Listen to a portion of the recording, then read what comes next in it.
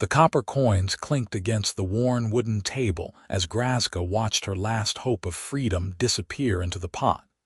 And she knew with sickening certainty that her brother had just bet her life away in a game of dice. She stood in the shadows of the tavern, her green fingers clenched so tightly around her traveling pack that her knuckles had gone pale. The smoky air stung her eyes, or perhaps that was the tears she refused to let fall. Around the gambling table, 5 men hunched forward with predatory interest. 4 were orcs from her own clan, including her worthless brother Thok. The 5th was human, a man she had never seen before with sun-weathered skin and calloused hands that spoke of years working the land rather than wielding a blade. Thok threw the dice with drunken confidence, the ivory cubes tumbling across scarred wood. Snake eyes. He had lost everything, including the promise he had made on her name. The other orcs erupted in jeers and laughter while Thok's face went slack with disbelief. "No," he stammered, reaching for the dice as if he could will them to show different numbers. "No, that cannot be right. Another throw, give me another throw." The human gathered the dice calmly, his expression unreadable beneath the shadow of his wide-brimmed hat.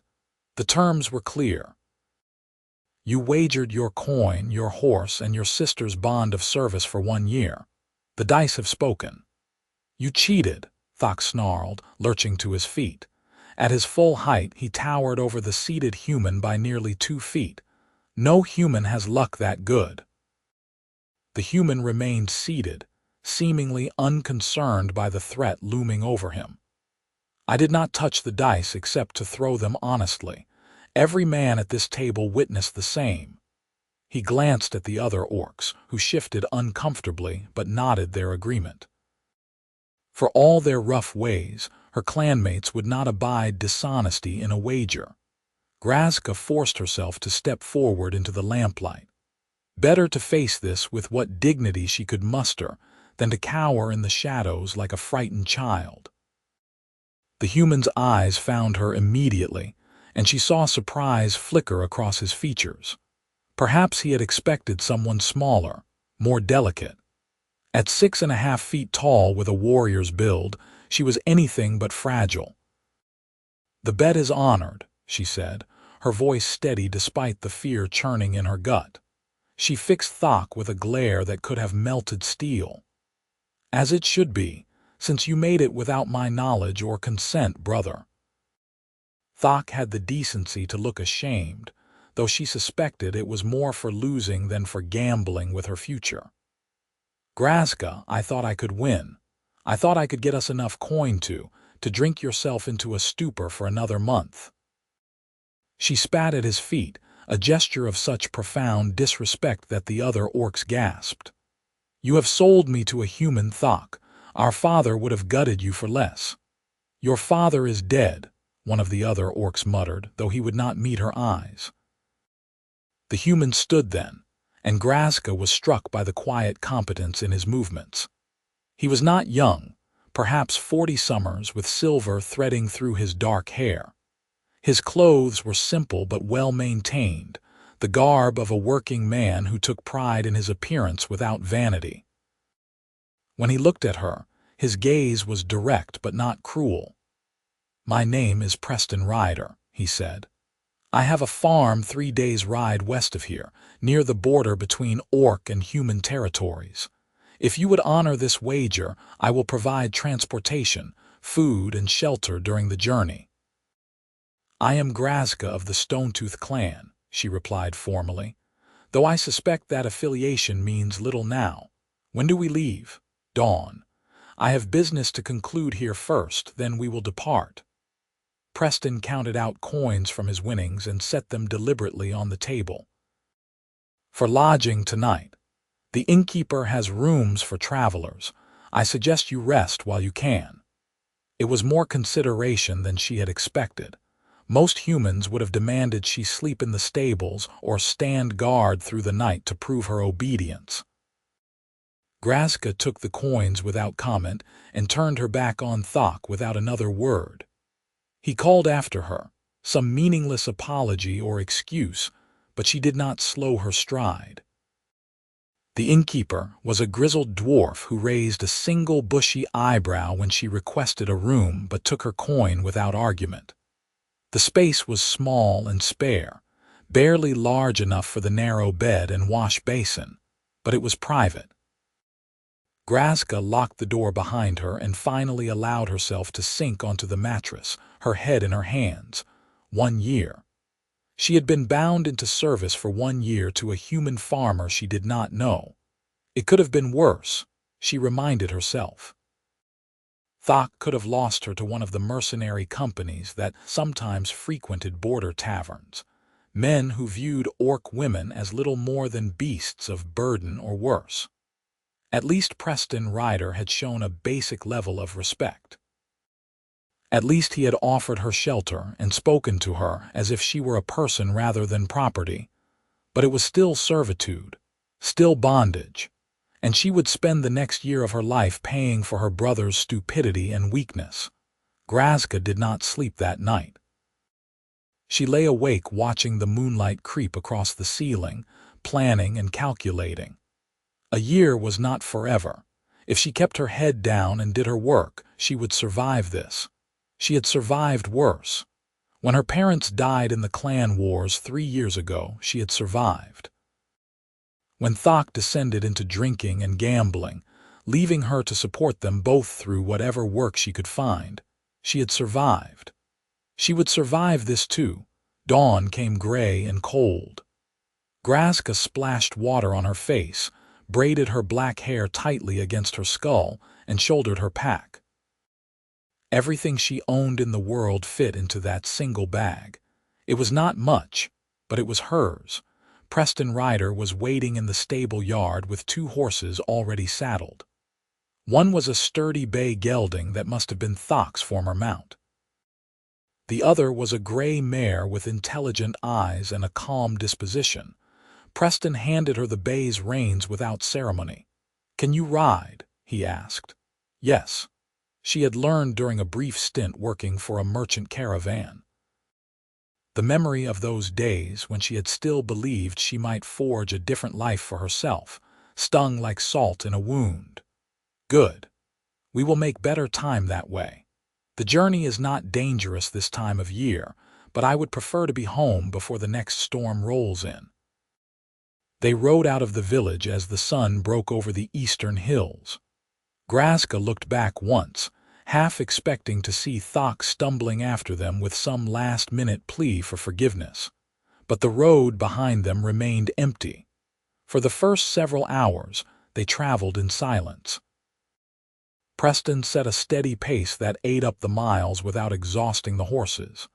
He seemed content not to speak, and Grazka was grateful for it. She needed time to think, to adjust to this new reality. The landscape changed gradually as they moved west. The settled farmland around the village gave way to rougher country, rolling hills dotted with scrub brush, and the occasional stand of timber. This was frontier land, where human and orc territories blurred together in a patchwork of homesteads and hunting grounds. It was dangerous country for those who did not know how to navigate the complicated web of alliances and grudges that existed between species. They stopped at midday to water the horses at a small creek.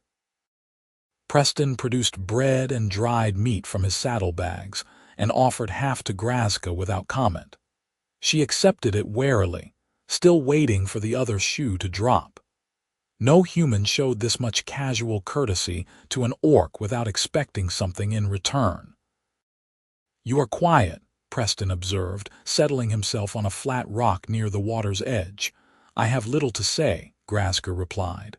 "Fair enough." He took a bite of bread and chewed thoughtfully. "For what it is worth, I did not enter that game intending to win a person. Your brother offered the terms before I knew what I was agreeing to. By the time I understood, backing out would have caused him to lose face among his peers. I thought refusing might lead to violence." Grazka studied him carefully. He met her gaze without flinching, and she found herself inclined to believe him. What made you think you would win? A ghost of a smile touched his lips. I did not think it. I hoped for it. Your brother was drunk and overconfident. I have been playing dice since I was old enough to hold them. The odds were in my favor. And now you have an orc servant for a year. What exactly do you expect me to do on this farm of yours? Work, Preston said simply. Same as I do. There is always work on a farm, planting, harvesting, tending animals, mending fences, repairing buildings. I manage alone most of the time, but it is not easy. An extra pair of hands will make things considerably simpler. That is all, just farm work.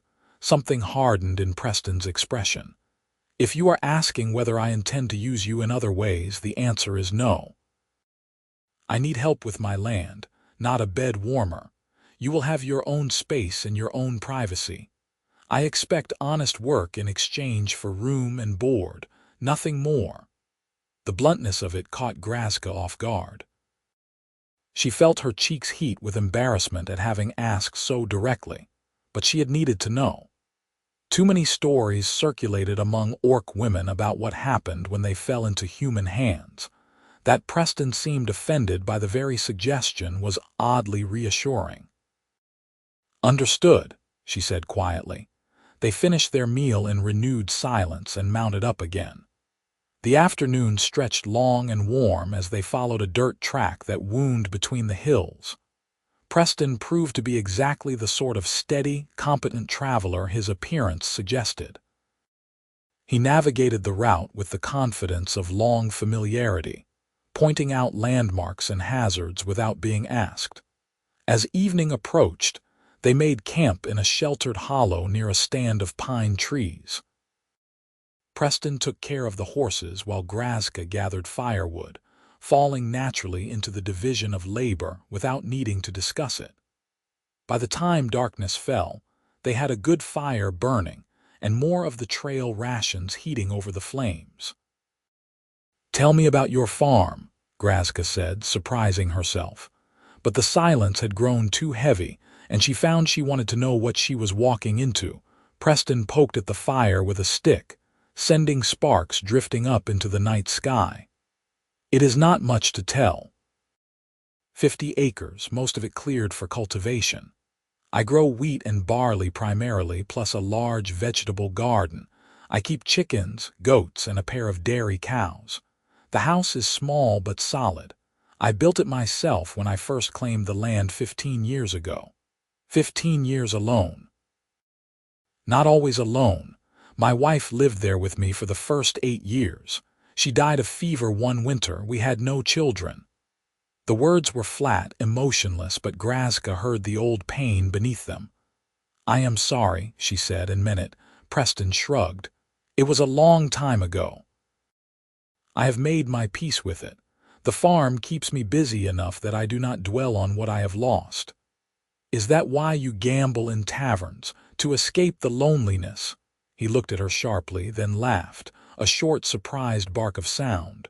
Perhaps. I come to town once every few months for supplies and news. The tavern is where information flows. I do not usually play games of chance, but your brother was very insistent. Thok is good at insisting, Grazka said bitterly. It is one of his few talents. You seem to have little love for him. He was not always as he is now. When we were young, he was brave and clever and kind. But after our parents died, something broke in him. He could not carry the weight of responsibility. He turned to drink instead, and I have been cleaning up his messes ever since. Preston was quiet for a moment, staring into the flames. You should not have to bear that burden. He is your elder sibling, is he not? The duty should flow the other direction. Should and is are two different things. Grazka pulled her blanket tighter around her shoulders. The night had turned cold and the fire's warmth felt good. But it does not matter now. I am no longer his problem to manage. No, Preston agreed. For the next year, I suppose you are mine. There should have been menace in those words, or at least possession. But Preston said it matter-of-factly, as if commenting on the weather. Grazka found herself oddly comforted by his pragmatic tone. That night she slept better than she had in months, lulled by the crackling fire and the knowledge that whatever else Preston Ryder might be, he did not seem inclined toward cruelty. They rose with the dawn and resumed their journey. The second day passed much like the first, steady riding broken by brief stops to rest the horses. Preston continued to share his food and make casual conversation, but he did not pry into her past or make demands on her time. It was strange, this careful courtesy. Grazka could not decide whether to trust it or to brace for the inevitable moment when it would crack. On the third day, the landscape began to change again. The wild hills gave way to more ordered terrain, fields carved out of the wilderness in neat rectangular plots. They passed other homesteads, smoke rising from chimneys in the distance. Preston waved to a few farmers working their land, and they waved back, though Grazka noticed the way their eyes lingered on her with obvious suspicion. "They are not accustomed to seeing orcs here," Preston said quietly. "There have been tensions in recent years, raids and counter-raids. Most people keep to their own kind. And you do not. I keep to myself mostly. But I do not subscribe to the belief that an entire people should be judged by the actions of a few. There are good and bad among every race." It was a generous sentiment, though Grazka wondered whether he would maintain it after living with an orc under his roof for a year. Words were easy. Time would reveal the truth of his convictions. Preston's farm appeared in the late afternoon, nestled in a small valley with a creek running along its eastern border. The house was exactly as he had described it, small but well built, with stone foundations and a sturdy timber frame. The roof showed signs of recent repair, fresh shingles standing out against the weathered older ones. Behind the house stood a barn, a chicken coop, and several outbuildings in various states of repair. It was tidy without being obsessive, functional without being beautiful. A place built for survival rather than show. Grazka found she approved. "The barn has a loft with a small room," Preston said as they dismounted. "It is where I store feed mostly, but there is space for a bed and your things. You will have privacy there." "The barn," Grazka raised an eyebrow. "Unless you would prefer to sleep in the main house. But I thought you might appreciate having your own space. The loft has a stove, a window, and a proper door that locks from the inside." He met her gaze steadily. "I am offering you dignity, not relegating you to sleep with the animals." Put that way, the arrangement made more sense. Grazka nodded slowly. "The loft will be fine. Thank you." They spent the remainder of the daylight hours settling in. Preston showed her around the property, explaining the routines and expectations with the same straightforward efficiency he had demonstrated on the road. Feed the chickens at dawn and dusk. Milk the cows twice daily. Check the fences regularly for damage. The list was long but not unreasonable. The loft room proved to be more comfortable than Grazka had anticipated. Preston had clearly prepared it before leaving for his trip to town. A simple bed frame held a corn husk mattress with clean blankets folded at the foot. A small table and chair sat beneath the window, and a pot-bellied stove crouched in the corner with wood already stacked beside it. It was sparse but clean, and the lock on the door was solid. "This will do well," she told Preston, who had carried her pack up the ladder for her. "Good. Dinner will be ready in an hour or so. Come to the house when you are settled." He left her alone then, and Grazka took the opportunity to truly survey her new home. The window looked out over the fields, golden wheat rippling in the evening breeze. Beyond the cultivated land, dark forest rose up toward the mountains. It was beautiful in a stark, lonely way. She unpacked her few belongings, arranging them carefully on the small shelf beside the bed. 2 changes of clothes, a whetstone for her knife, a small wooden carving of a bear that her father had made. She ran her thumb over the worn surface of the carving, remembering his rough laugh and the way his hands had moved with such surprising delicacy when he worked the wood. "I am sorry, Father," she whispered to the empty room. "This was not the life you wanted for me." But dwelling on the past would not change her present.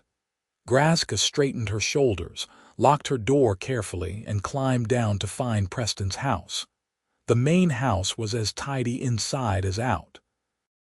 A single large room served as kitchen, dining area, and living space, with a curtained alcove in the back that presumably held Preston's bed. The furniture was handmade but sturdy, and everything had a place. Preston moved around the kitchen with practiced ease, stirring a pot that released the savory aroma of stew.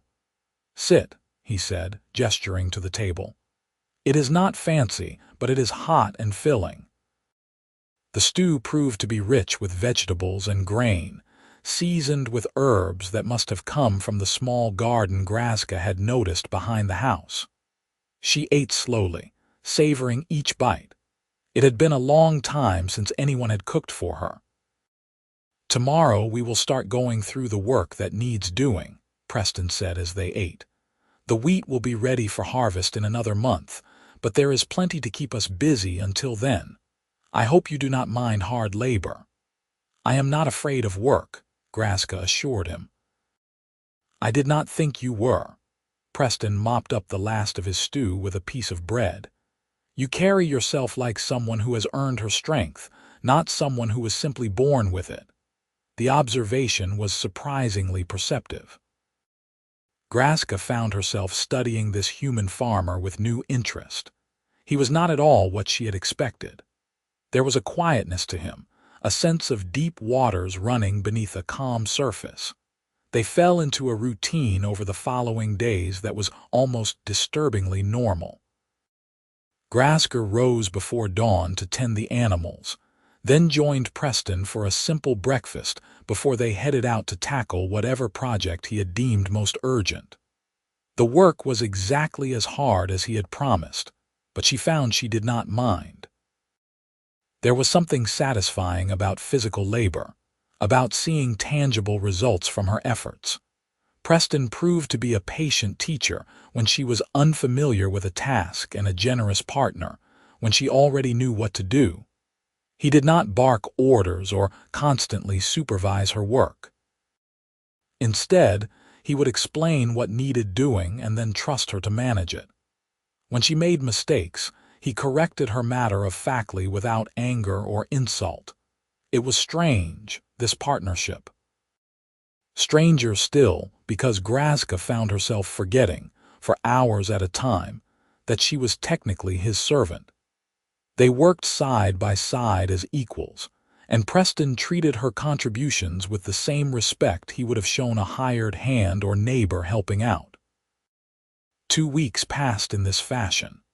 The weather held fair and warm, perfect for the outdoor work that consumed their days. Grazka's hands developed new calluses, and her muscles adapted to the different demands of farm work versus the labor she had done before. She slept deeply each night, exhausted in a good way. She also began to notice small kindnesses that Preston extended without fanfare. He always made sure she ate first at meals. He showed her where he kept emergency supplies in case something happened while he was away. He asked her opinion on decisions about the farm, genuinely listening to her answers.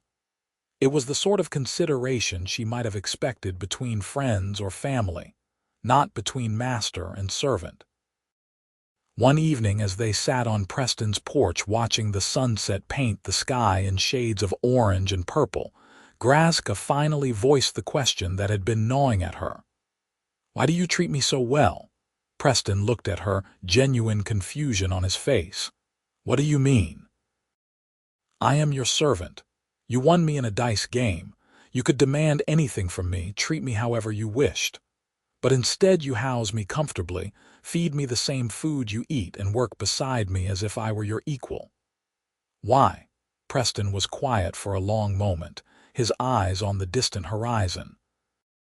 My father owned slaves when I was a boy, he said finally. This was far south of here, in a different part of the world.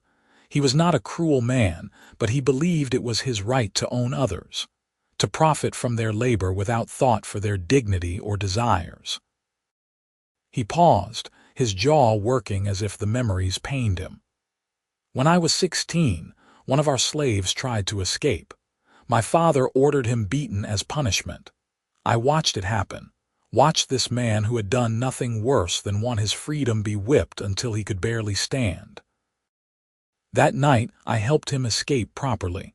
I stole food and supplies from my father's stores and showed him the route north to free territory. Grazka felt her breath catch. What happened? My father discovered what I had done. He disowned me on the spot.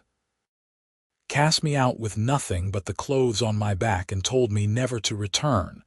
I was dead to him, he said, for betraying my own blood in favor of property. But you did not regret it. Not for a moment. Preston's voice was firm. I worked my way north over the next several years, taking whatever jobs I could find. Eventually, I saved enough to claim this land and build this farm. And I swore to myself that I would never treat another living being as property, no matter what the law or custom said. So yes, Grazka, I treat you well. Not because I am some kind of saint, but because it is the only way I know how to live with myself.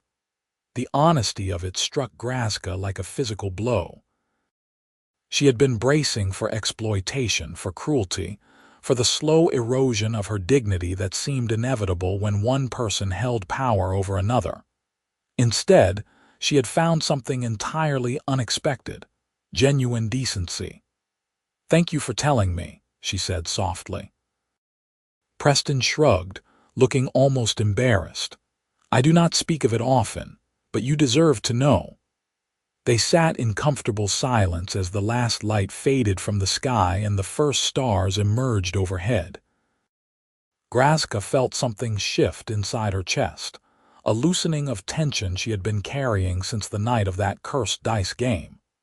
Maybe, just maybe, this year would not be the punishment she had feared.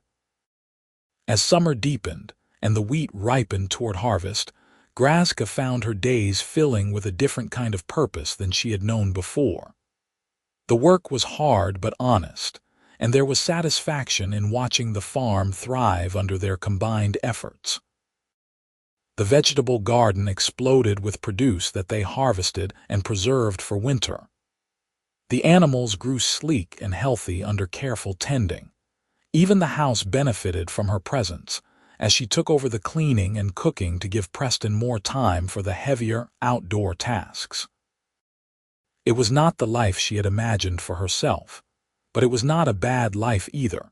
She also began to learn more about Preston himself during their evening conversations on the porch. He had been a soldier in his youth after leaving his father's house, fighting in the border wars between human kingdoms. That explained the scars she had noticed on his arms and the way he moved with a fighter's awareness. He had left military service after his wife died, unable to stomach the violence anymore. "I had seen enough of war," he told her one night. "Enough killing and dying. I wanted to build something instead of destroying. So I came here and claimed this little piece of earth and decided to see what I could make of it." "And what have you made?" Grazka asked. Preston looked around at his farm with an expression that was almost tender. "A life. Not a grand one, but mine. That is more than many people can say." Grazka thought about her own life, the way she had drifted from one situation to the next, always at the mercy of circumstances beyond her control. "I envy that," she admitted. "The certainty, the purpose." "You have purpose here," Preston said, "if you want it. For a year," she reminded him. "Then the debt is paid and I am free to go." "Yes." Something flickered across Preston's face too quickly for her to read. "Of course." The harvest came in late summer, and for 3 weeks they worked dawn until well after dark cutting wheat and bundling it into sheaves. It was back-breaking labor that left both of them stumbling with exhaustion each night, but the satisfaction of seeing the barn filled with grain made it worthwhile. Preston took a wagon load to town to sell and returned with coins and supplies that would see them through the winter. "You earned half of this," he said, dividing the money into 2 piles. Grazka stared at the coins on the table. "What are you doing, paying you for your work? It is only fair. Our agreement was room and board in exchange for labor. Money was never part of it." Preston pushed 1 pile toward her firmly. "Our agreement was made under duress and by a third party who had no right to negotiate on your behalf. I will not profit from your forced servitude. Take the money, Grazka. You have earned it 10 times over." She picked up the coins slowly, feeling their weight in her palm. It was more money than she had possessed in years. Money that was hers, earned through her own effort. Money that represented choice and possibility. "Thank you," she said, her voice rough with emotion she did not try to hide. "No thanks needed. It is simple justice." But it was not simple at all. Nothing about Preston Ryder was simple. He was a man of deep principles and quiet integrity, someone who had built a life based on values rather than convenience. And Grazka found herself drawn to him in ways that had nothing to do with gratitude and everything to do with genuine respect and admiration. It was dangerous territory. She was an orc. He was human.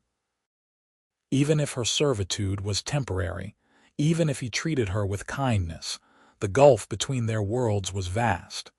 Interspecies romance was not just taboo, it was practically unheard of. The prejudices ran too deep on both sides. But her heart, traitorous thing that it was, did not seem to care about such practical considerations. She began to notice small things. The way Preston's eyes crinkled at the corners when he smiled. The competence of his hands as he worked. The steady rumble of his voice when he spoke. The rare moments of laughter when she managed to coax him out of his habitual seriousness. She found herself volunteering to take on tasks that would keep her working near him. Found herself lingering over meals to extend their conversations. Found herself lying awake at night thinking about him in ways that made her face heat with embarrassment. It was foolish. Worse than foolish. But knowing that did not make the feelings go away. Autumn arrived with a flourish of color as the leaves turned gold and crimson. The days grew shorter, and the nights brought a chill that required fires in both the house and the loft. Preston began preparing the farm for winter, reinforcing buildings and stockpiling firewood.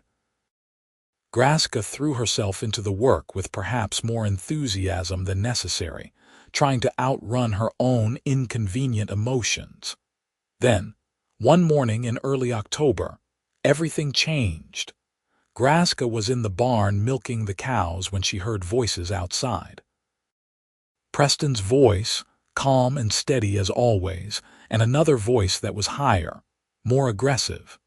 She finished quickly and went to investigate, peering around the barn door. 3 men on horseback had stopped in the yard. They wore the rough clothing of frontier settlers, and each had a sword strapped to his saddle. Preston stood facing them with his arms crossed, his body language radiating carefully controlled tension. "I am telling you there is no orc raiding party," Preston said firmly. "The closest orc settlement is 30 miles from here. They have no interest in human farms." "Then explain the burned-out homestead we found yesterday," one of the riders snapped. "Explain the family killed, their livestock slaughtered." "I cannot explain it because I know nothing about it." But jumping to conclusions helps no one. We are forming a hunting party, tracking down the orcs responsible and making sure they do not strike again. Every able-bodied man in the area is expected to join. I will not participate in a revenge raid based on assumptions, Preston said flatly. If you have proof that orcs were responsible, take it to the territorial magistrate. Let justice be done properly. The lead rider's face darkened with anger. This is frontier justice, Ryder. We take care of our own out here. Or have you gone soft? I've gone sensible. Killing random orcs will only spark a war that will get more people killed on both sides. One of the other riders pointed suddenly at the barn. There. Movement. Grazka cursed under her breath as all three men turned to stare at her. She stepped out fully, squaring her shoulders. No point hiding now. Is that an orc? The lead rider demanded, his hand dropping to his sword hilt. Ryder, why in the name of all that is holy do you have an orc on your farm? She works for me, Preston said calmly, though Grazka could see the tension in his shoulders. She has been here for months and has done nothing but honest labor. You harbor one of them under your roof while they murder settlers. The lead rider swung down from his horse, his face twisted with fury. Are you mad or a traitor? I am neither. Grazka had nothing to do with any attack. She has not left this farm since she arrived. How do you know she is not a spy? Reporting back to her clan about our numbers and defenses. The man was working himself up into a rage, and his companions looked equally angry. Grazka felt ice slide down her spine. This was how it always went. Violence bred suspicion, and suspicion bred more violence. She was one orc alone against three armed men. Even with her strength, the odds were not good. She is not a spy, Preston said, and there was steel in his voice now. She is a person who has done nothing wrong. I will not let you harm her based on baseless accusations. You will not let us, the lead rider laughed harshly. Step aside, Ryder. This does not concern you anymore. It concerns me deeply. This is my land and she is under my protection. The three men advanced slowly, spreading out to flank Preston. Grazka's hand moved to the knife at her belt, calculating angles and chances. She could probably take one, maybe two if she was lucky.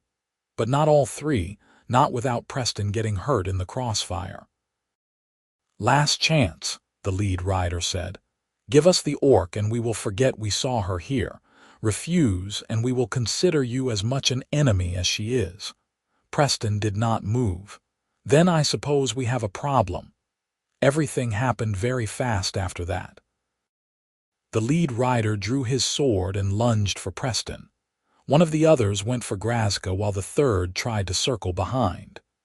Grazka threw her knife with desperate precision, catching her attacker in the shoulder. He went down screaming.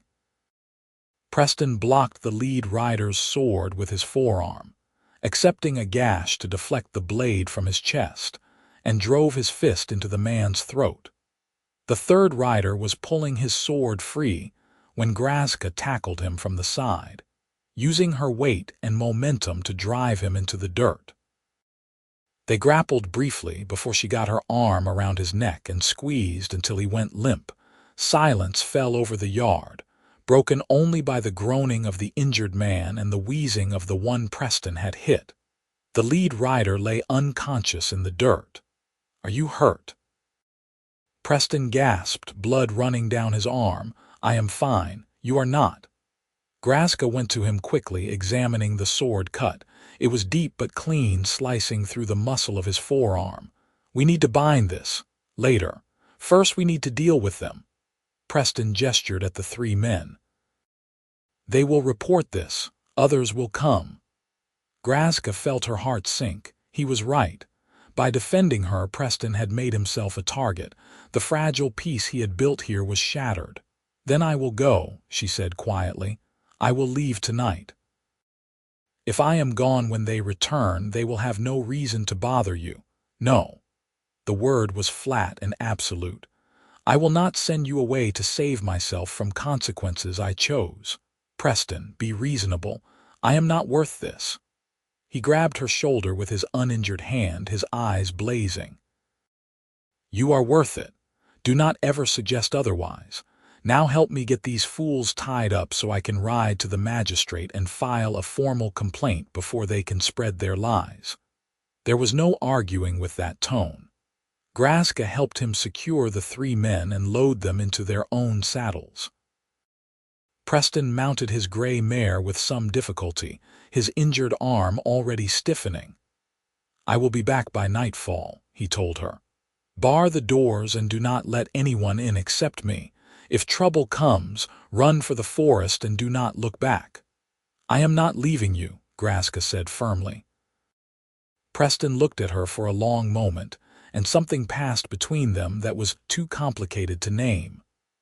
"Then keep your knife sharp and your wits sharper. I will return as soon as I can." She watched him ride away with his 3 prisoners, her heart in her throat. Everything had changed in the space of a few violent minutes. Preston had defended her, had chosen her safety over his own security. It was the sort of gesture that meant everything, the sort that could not be taken back or dismissed. The day passed with agonizing slowness. Grazka could not focus on work, so she paced the property like a caged animal, checking and rechecking the approaches. Every sound made her jump, every shadow seemed threatening. She kept her knife close and mentally rehearsed what she would do if more men came. But no one came. The sun sank toward the horizon, painting the sky in shades of blood and fire. Still, no sign of Preston. Full dark had fallen when she finally heard hoofbeats on the road. Grazka positioned herself near the barn, ready to fight or flee depending on who appeared. Then Preston rode into the yard alone, swaying slightly in his saddle. "Thank the ancestors," Grazka breathed, rushing to his side. "I was beginning to fear the worst." Took longer than expected. Preston dismounted stiffly. His face was gray with pain and exhaustion. "Magistrate wants statements from both of us tomorrow, but he accepted my version of events and is holding those 3 for assault and attempted murder. Your arm needs tending. Come inside." She helped him into the house and made him sit while she fetched clean water and bandages. The wound had stopped bleeding but was angry and inflamed. She cleaned it as gently as she could, though Preston hissed through his teeth at the sting. "This will scar," she said quietly. "Most things worth doing leave scars." He watched her work with an expression that made her hands tremble slightly. "You could have run, you know, when the fighting started. You could have disappeared into the forest and left me to face the consequences alone." "I could have," Grazka agreed, "but I did not want to. Why not?" She finished tying off the bandage before answering, needing the time to find the right words. "Because you are a good man, Preston Ryder. Because you have shown me more kindness and respect in a few months than most people have in my entire life. Because the idea of you being hurt for defending me is unbearable. Take your pick."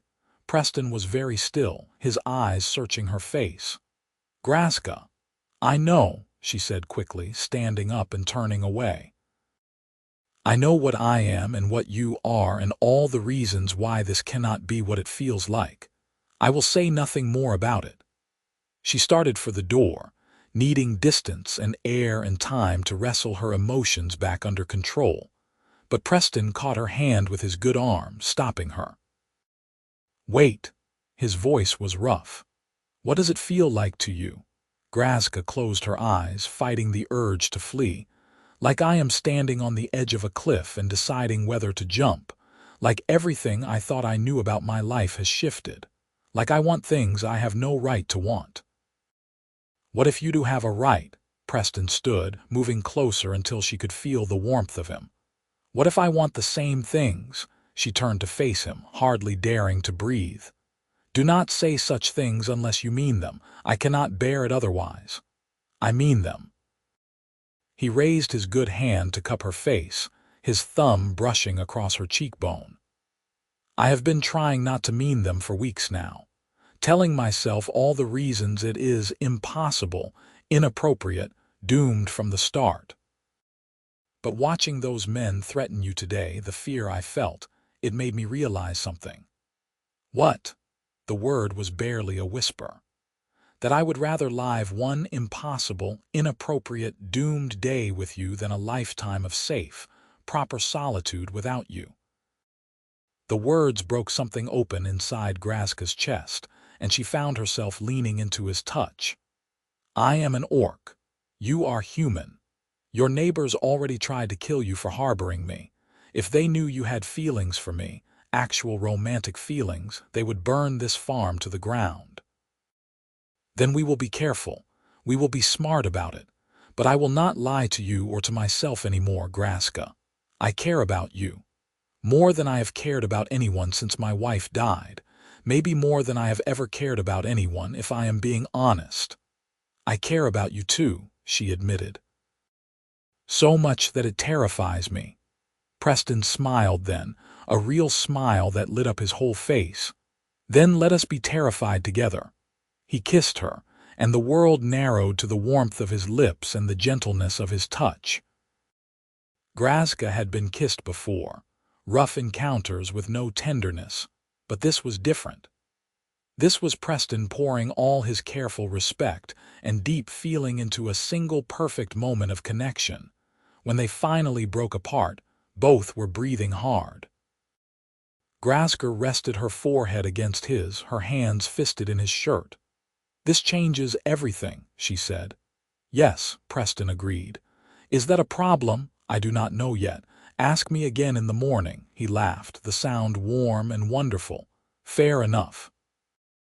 For now, let me tend the horses, and then I think we both need rest. It has been a very long day."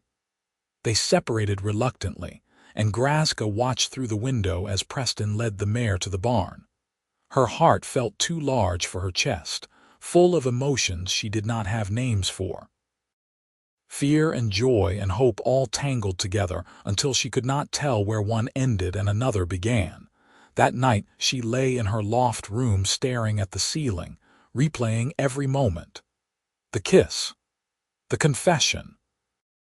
The promise implicit in Preston's words that this was not just a moment of weakness but the beginning of something real.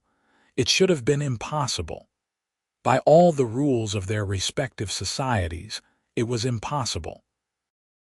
But Preston had never been very good at following rules, and Grazka was discovering she was not either.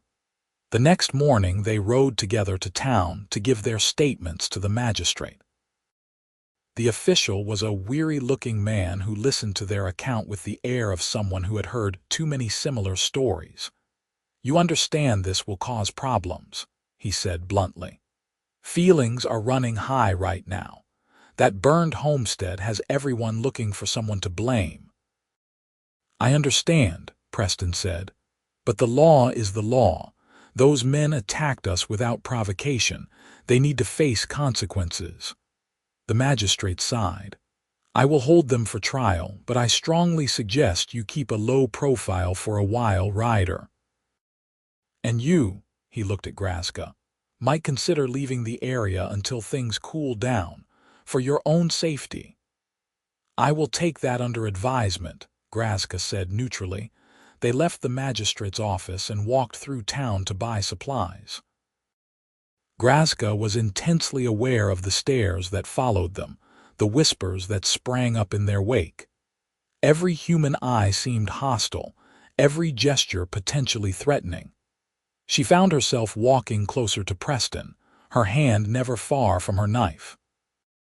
"We should get what we need and leave," she murmured. "Agreed. But I will not be rushed out of town like a criminal. We have done nothing wrong." Preston conducted his business with the same calm efficiency he brought to everything, refusing to be intimidated by the hostile atmosphere. But Grazka could see the tension in his shoulders, the way his eyes constantly scanned their surroundings. He was expecting trouble, ready for it. They were loading their purchases into the wagon when a group of 5 men approached. Grazka recognized none of them, but their aggressive postures spoke volumes. "Heard you caused some trouble yesterday, Ryder," the leader said. He was a big man with a scarred face and the look of someone who enjoyed violence. "Heard you defended an orc against good honest settlers." "I defended an innocent person against an unprovoked attack," Preston replied evenly. "There is a difference. Not the way we see it. You have made your choice, Ryder. You have picked sides, and it is not our side. I have picked the side of reason and law. If that puts me at odds with you, so be it." The scarred man spat on the ground near Preston's feet. "You are not welcome here anymore. Next time you come to town, there will be consequences, and that orc bitch needs to disappear one way or another." Grazka felt rage flare hot in her chest, but Preston caught her arm before she could move. "We are leaving," he said quietly. "Now." It took every ounce of self-control she possessed to climb into the wagon and let Preston drive them away. She wanted to fight, wanted to make those men regret their threats and insults. But she also knew that violence would only prove their point, would only make things worse. They rode in tense silence for the first hour before Preston finally spoke. "I am sorry you had to hear that. It is nothing I have not heard before. Humans have been calling me worse than bitch since I was old enough to understand the words. That does not make it acceptable." "No," Grazka agreed, "but it makes it expected. Preston, you heard them. I have brought trouble to your door. Those men will not forget or forgive, and they will not be the only ones. Every human in that town is going to see you as a traitor now. I know." He kept his eyes on the road, his jaw tight. "I have been thinking about it all morning, what it means, what it will cost. And—" Her heart was in her throat. Preston glanced at her, and his expression softened. "And I have decided I do not care. Let them think what they want. Let them hate me if it makes them feel better. I will not abandon you, Grazka, not for their approval or their threats or their prejudice. Even if it means losing everything you have built here. I have rebuilt my life before. I can do it again if I must, but I will not betray my principles or the woman I love to keep some farm and the good opinion of bigots." The woman he loved. The words hung in the air between them, precious and terrifying. "You love me?" Grazka asked, her voice barely audible over the creak of the wagon wheels. Preston pulled the wagon to a stop and turned to face her fully. "Yes, I know it is fast.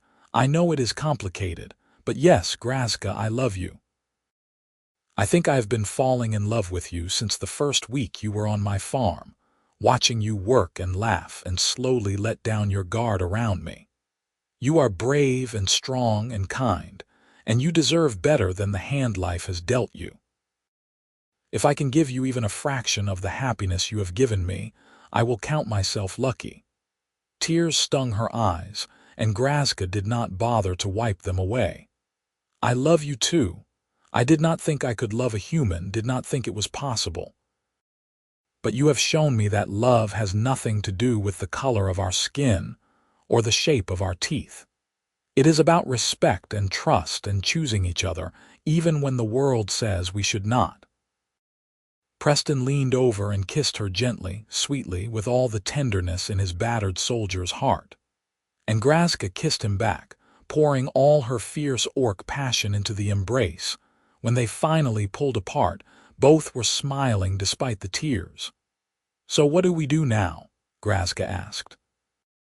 "We cannot stay on the farm forever.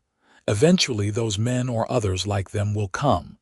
We make a plan, we prepare, and if necessary, we leave." Preston took her hand, lacing his calloused fingers with hers.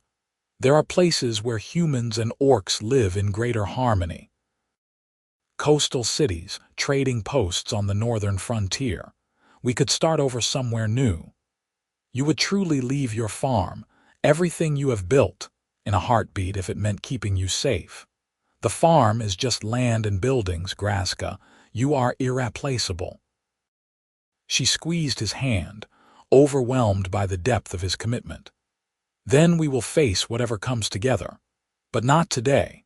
Today let us go home and pretend, just for a little while, that we are simply two people in love with no greater worries than what to have for dinner." Preston grinned. "That sounds perfect." They returned to the farm and spent the rest of the day working side by side as they had so many times before, but everything felt different now. Every glance carried weight. Every accidental touch sent warmth flooding through Grazka's chest. The work was the same, but the context had shifted entirely. That evening they cooked dinner together, moving around Preston's small kitchen in a dance that was becoming familiar. Grazka chopped vegetables while Preston tended the fire. They traded stories and jokes, and the little house filled with the sound of their laughter. After the meal, they sat on the porch as usual, but this time Preston pulled Grazka close so she was tucked against his side with his arm around her shoulders. She leaned into his warmth, feeling more content than she could remember being in years. "Tell me about your family," Preston said quietly.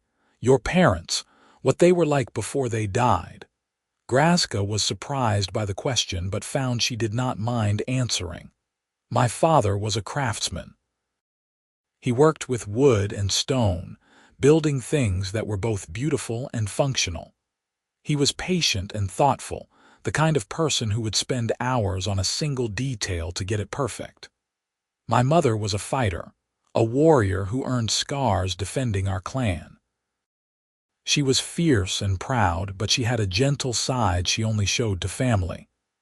They sound like good people. They were. They wanted better for Thok and me.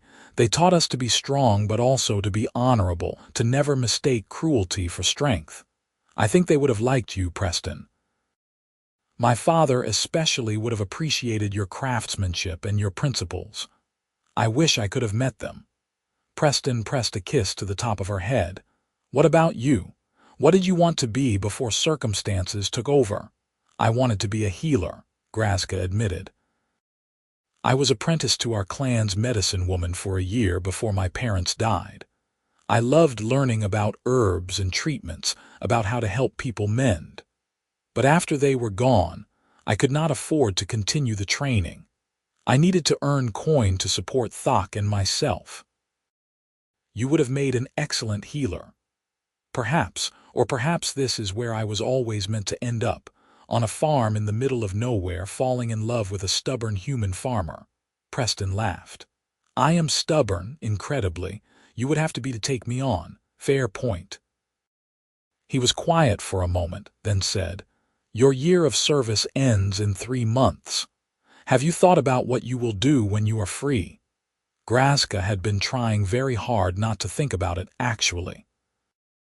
The approaching deadline felt like a shadow over everything, a reminder that this happiness was temporary. "I have thought about it," she said carefully, "but I do not have an answer yet. A month ago I would have said I would leave, find work elsewhere, try to rebuild my own life. But now..." Preston's voice was carefully neutral, giving her space to find her own words. "Now I do not want to leave. I want to stay here with you if you will have me. Not as a servant or even an employee, but as a partner. Someone who shares your life and your work by choice, not obligation." Preston was quiet for so long that Grazka began to fear she had overstepped, but when he finally spoke, his voice was rough with emotion. "I want that more than I can say. But I need you to be sure, Grazka. If you stay, you are choosing a hard life. We will face prejudice and threats and isolation. There will be people who hate you for being an orc and hate me for loving you. Are you truly willing to face that?" "Yes," Grazka said without hesitation. "I have faced prejudice my entire life, Preston. At least here I will face it with someone who sees me as a person rather than a monster. At least here I will have a home and work that matters and a man I love beyond reason. That is more than most people get. I will not throw it away because some narrow-minded humans disapprove." Preston pulled her fully into his arms then, holding her tight. She felt him shaking slightly and realized he was crying, silent tears of relief and joy soaking into her hair. "Thank you," he whispered. "Thank you for choosing this, for choosing me. I swear I will spend every day trying to be worthy of that choice." "You already are," Grazka assured him. "You already are." They stayed like that for a long time, wrapped in each other's arms under the stars. The future was uncertain and likely difficult, but in that moment none of it mattered. They had each other, and that was enough.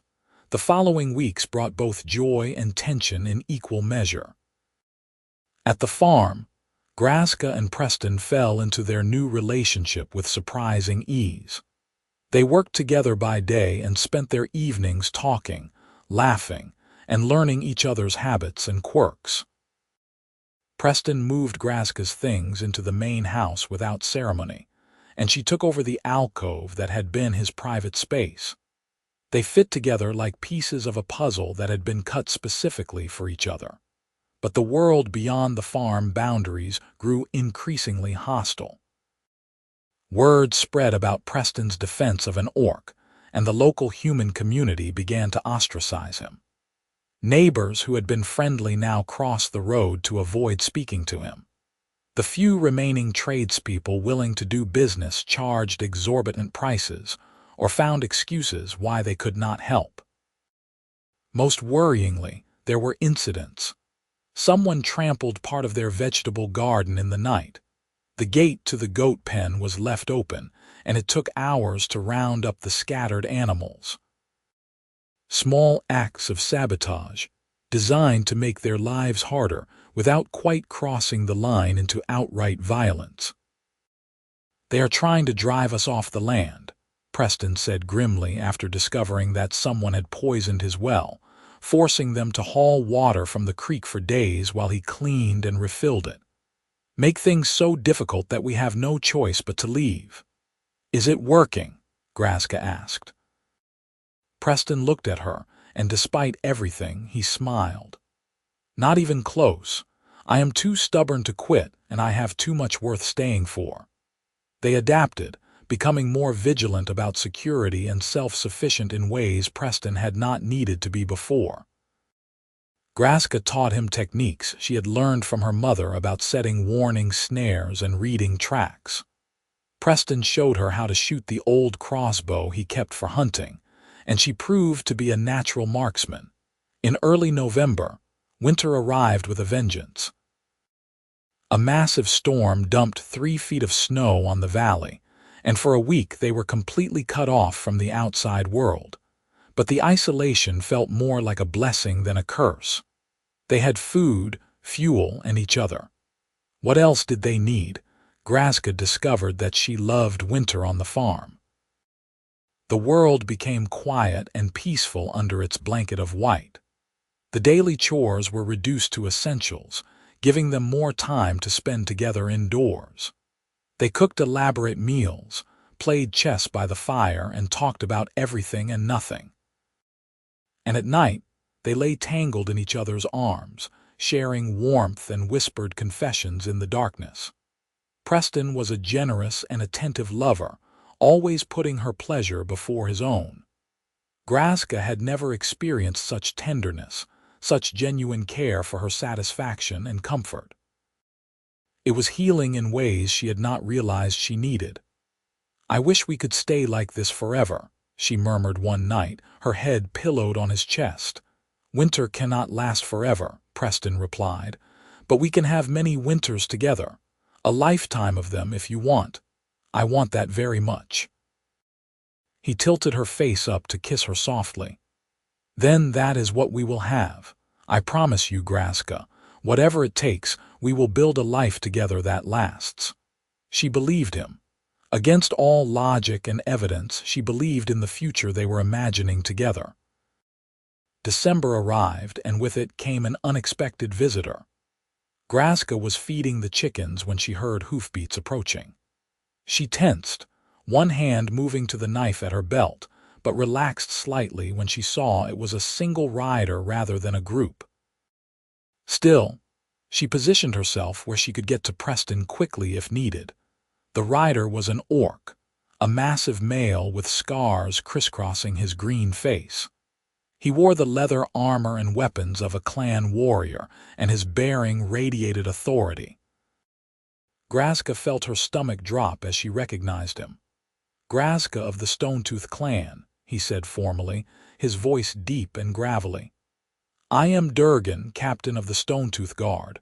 I have been searching for you for 3 months." "I am here," Grazka replied, keeping her voice steady. "What do you want?" "Your brother Thok is dead. Killed in a tavern brawl 6 weeks ago.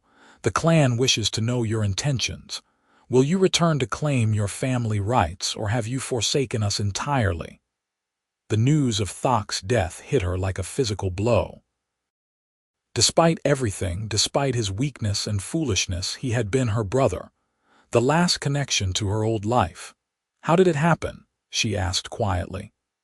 "The way it always happens with men like him.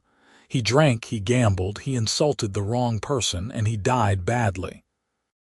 There was nothing honorable about it." Durgan's tone was matter-of-fact, neither cruel nor kind. "The clan has discharged all death rights. If you wish to visit his grave, you are permitted. But you must decide soon whether you will return or be declared officially exiled." Preston emerged from the barn at that moment, taking in the scene quickly. He moved to Grazka's side without hesitation, a show of solidarity that was not lost on Durgan.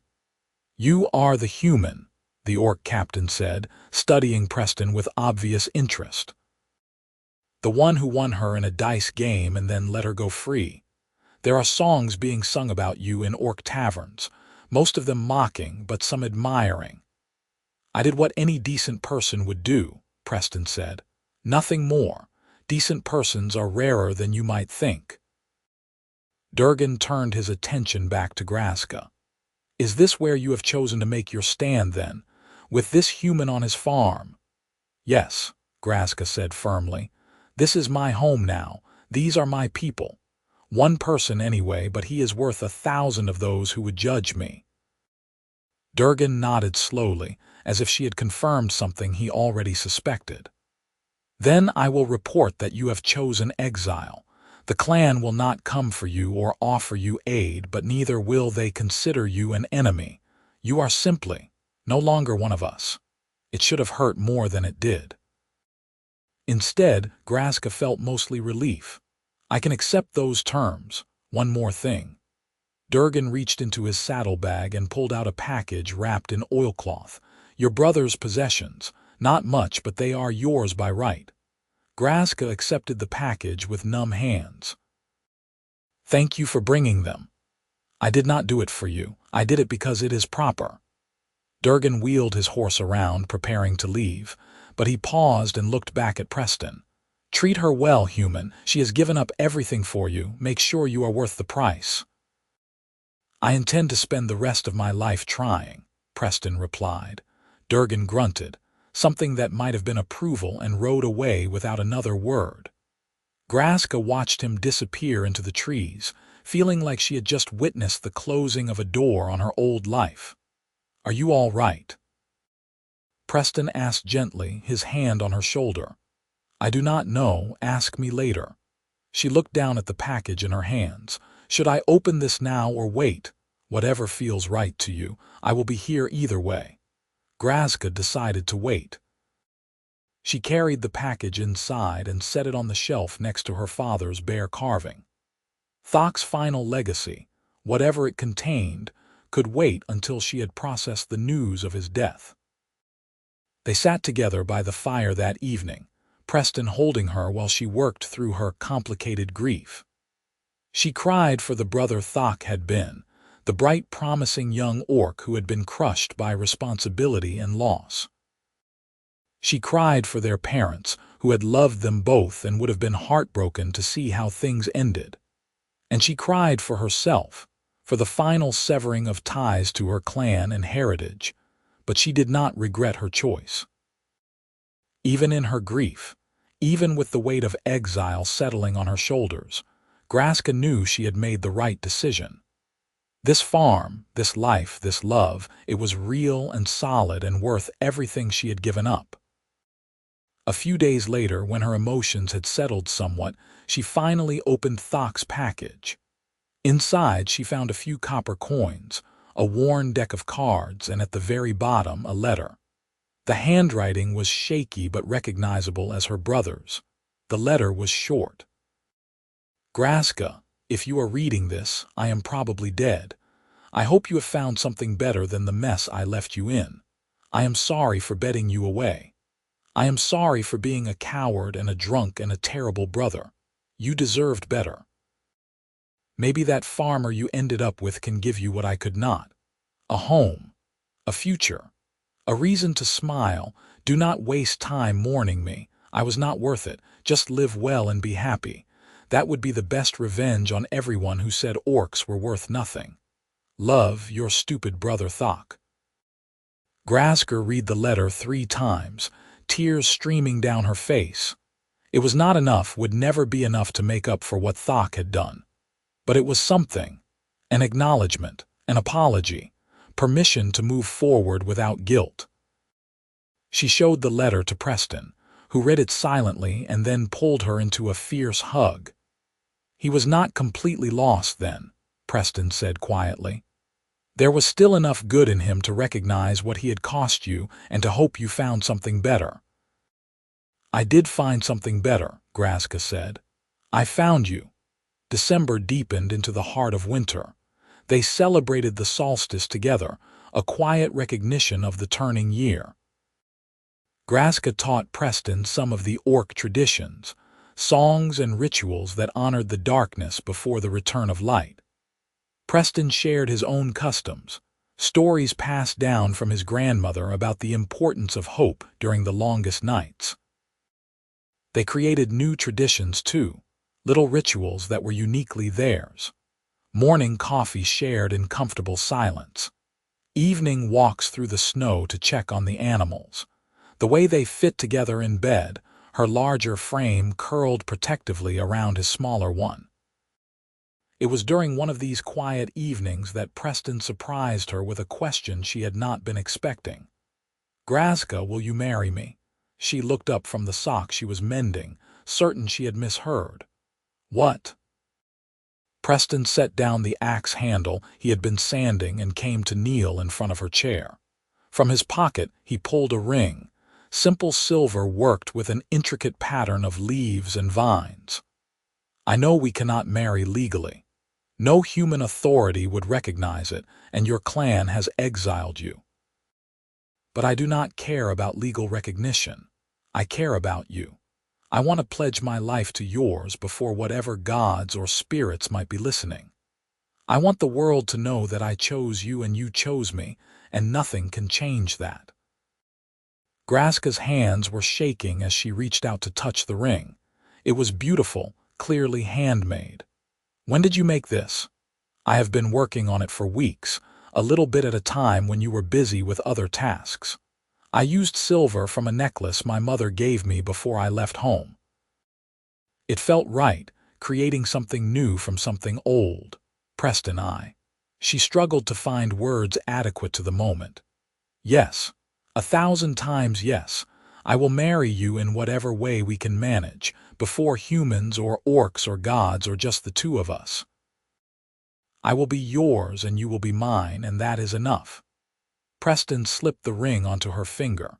It fit perfectly, the silver warm against her green skin. Then he kissed her, deep and slow and full of promise.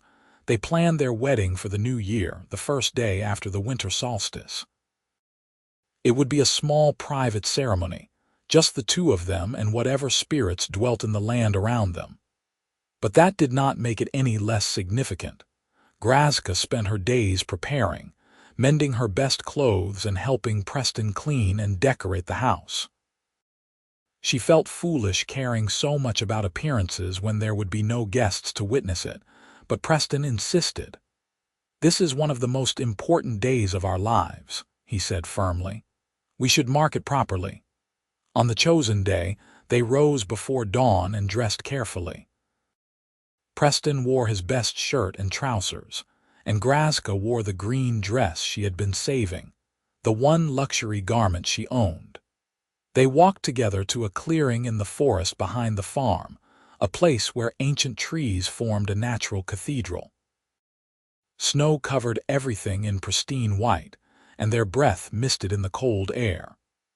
But as the sun broke over the horizon, light flooded the clearing in shades of gold and pink that were almost painfully beautiful.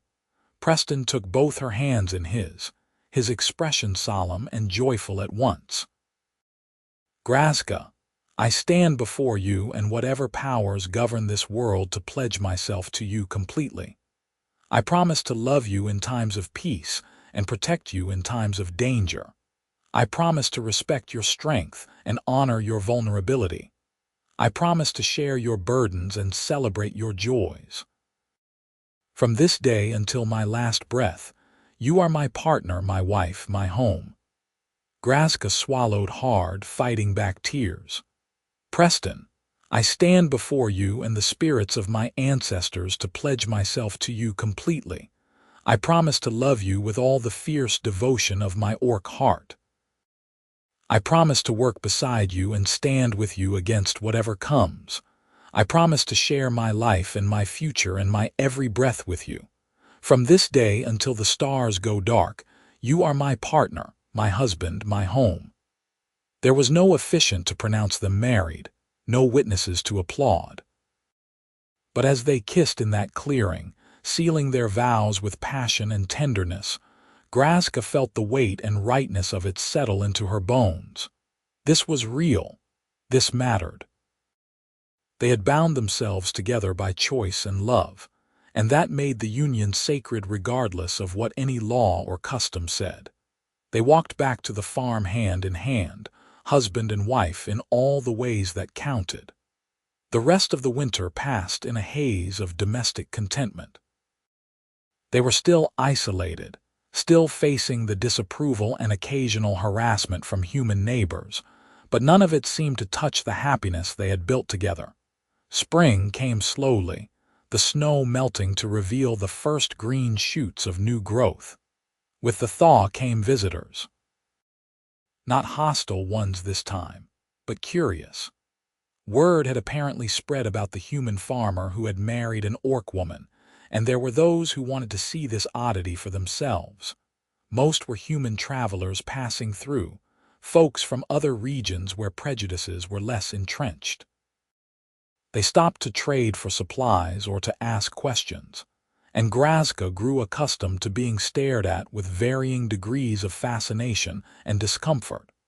But one visitor in particular changed everything. She arrived on a warm day in early April, a female orc who rode confidently up to the house and dismounted with military precision. She was younger than Grazka but carried herself with impressive authority. "I am looking for Grazka, who was of the Stonetooth clan," she announced. "You have found her," Grazka replied warily. "Who are you?"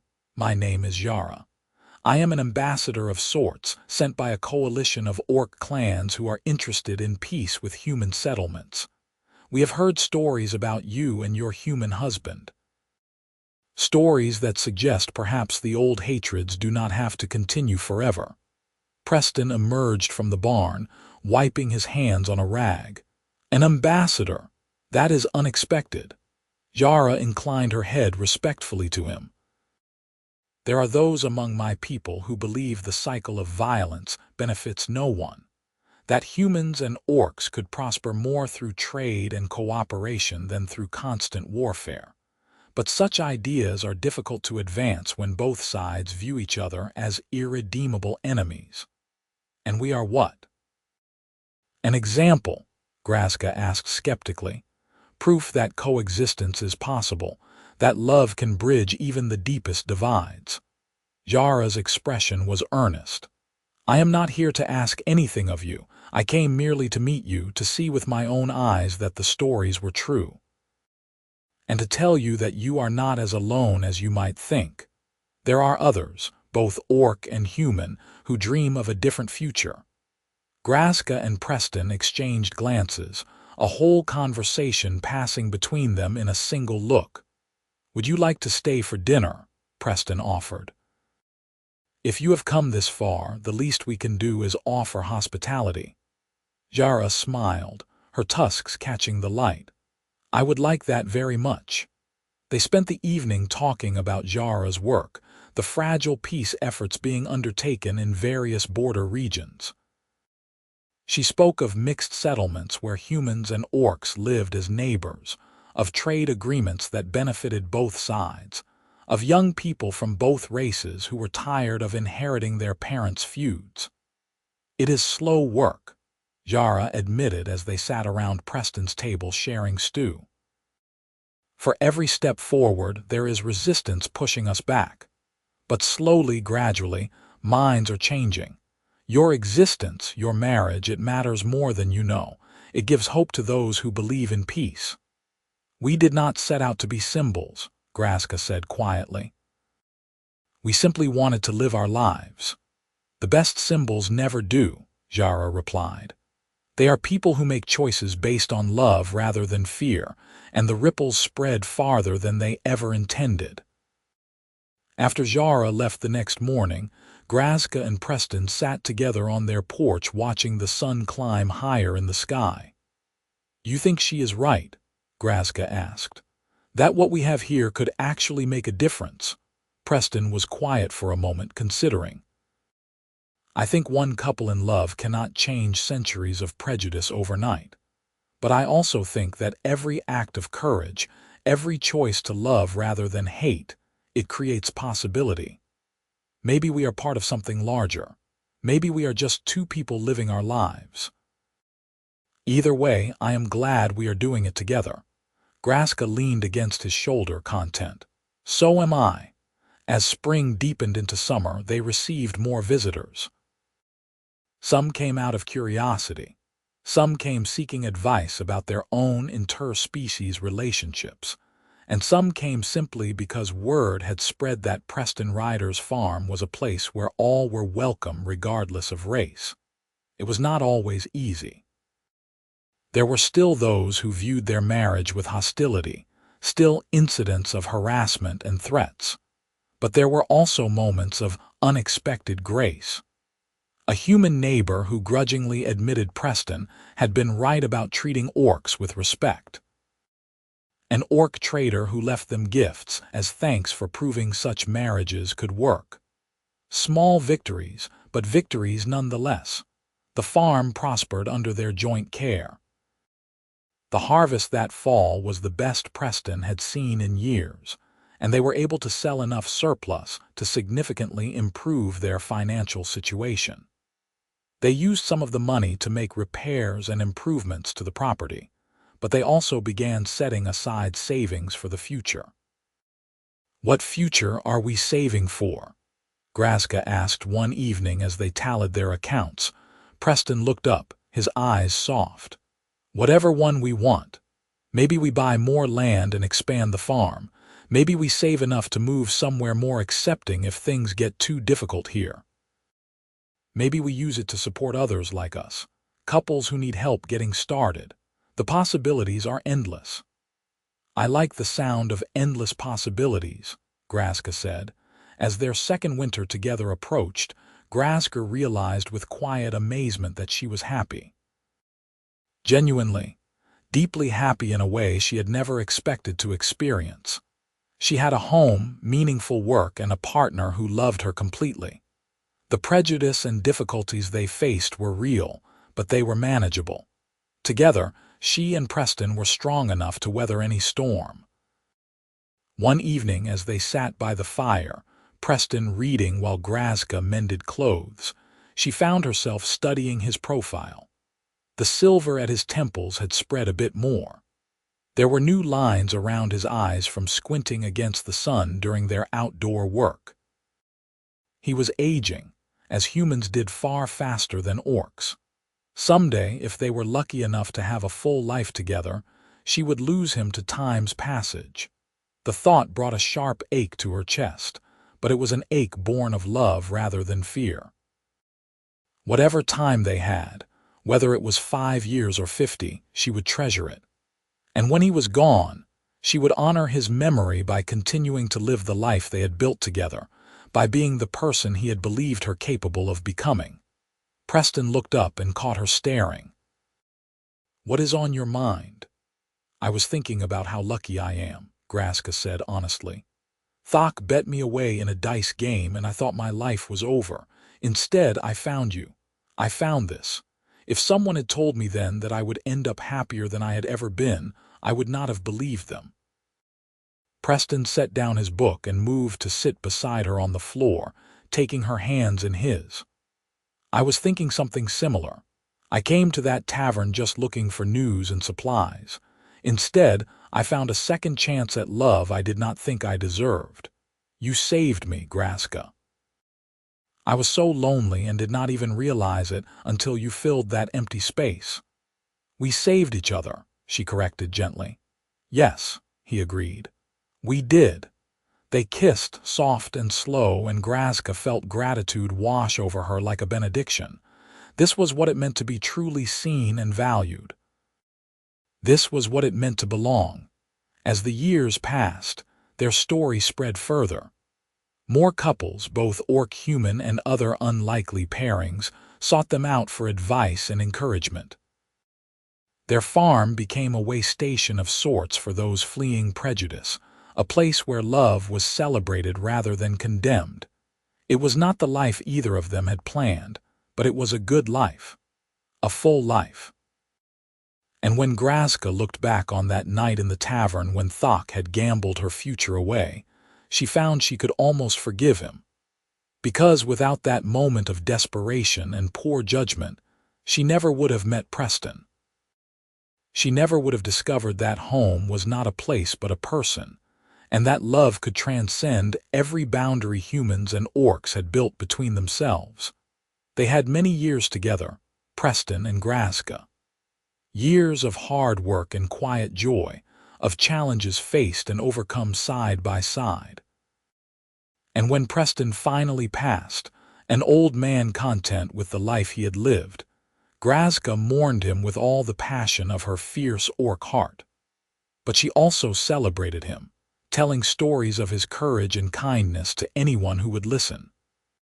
She continued to run the farm, and it became a beacon for those seeking acceptance and peace. Grazka lived long, as orcs did, and she saw the world slowly begin to change. The peace efforts Jara had spoken of gained ground. More mixed settlements sprang up. The old hatreds began, very gradually, to fade.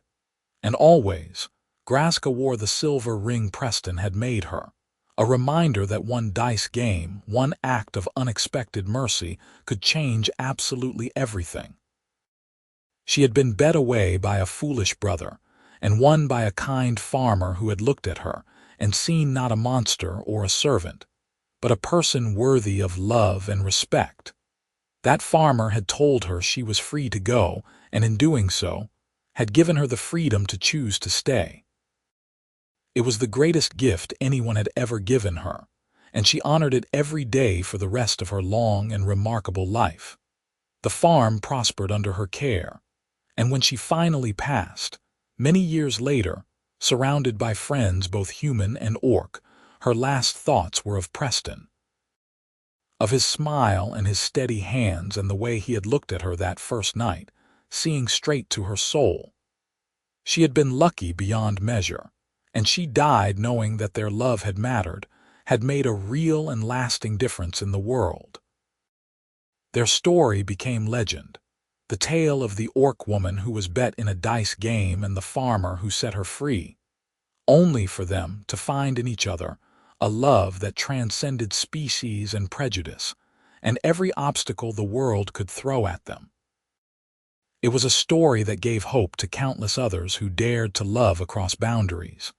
And it was a story that proved, beyond any doubt, that freedom and love were worth any price.